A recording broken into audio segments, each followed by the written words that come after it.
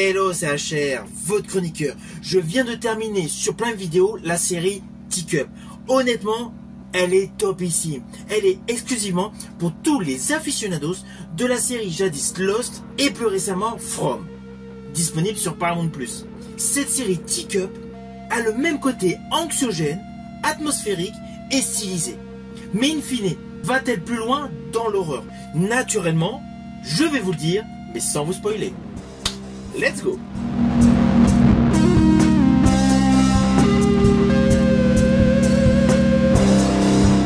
Alors sur le fond, j'ai découvert cette série grâce aux vacances estivales. Pourquoi? On a davantage de temps. Pourtant, cette série a été diffusée dans un premier temps sur Peacock en octobre 2024. Aujourd'hui, elle est disponible sur Prime Video avec l'histoire suivante.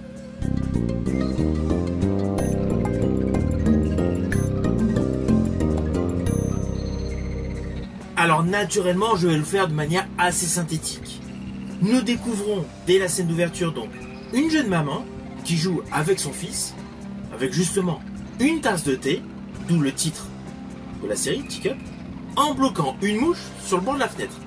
On nous présente ainsi un côté assez rural, car elle et son mari James vivent dans une ferme isolée en Géorgie, non loin naturellement d'autres fermes.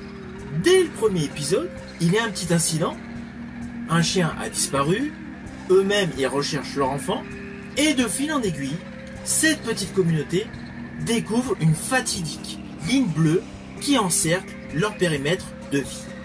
Avec de surcroît un homme affublé d'un masque qui leur précise par le biais d'un tableau Velleda qu'ils ne doivent pas dépasser ce fameux cercle bleu, enfin tracé par une ligne bleue.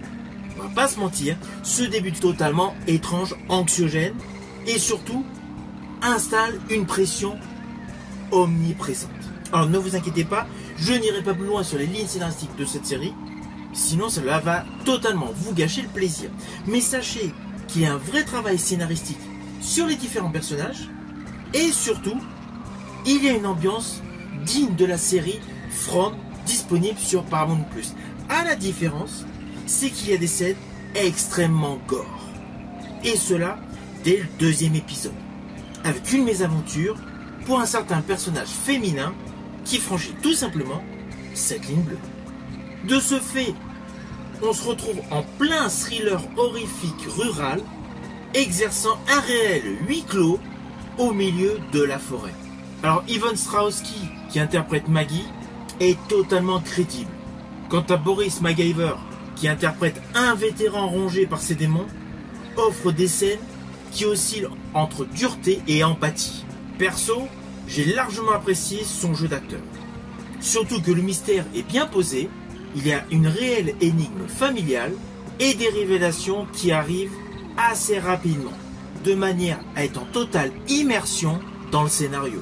De ce fait, cette série a un potentiel totalement exploité avec des effets visuels particulièrement efficaces. Alors il ne faut pas oublier que l'ambiance oppressante a été largement amplifiée par la production.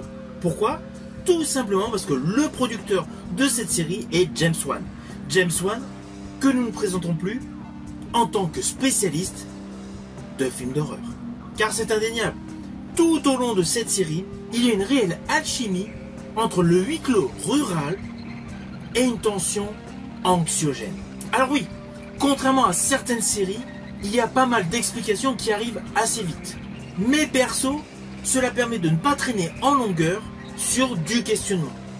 Du coup, on est davantage concentré sur le devenir des personnages.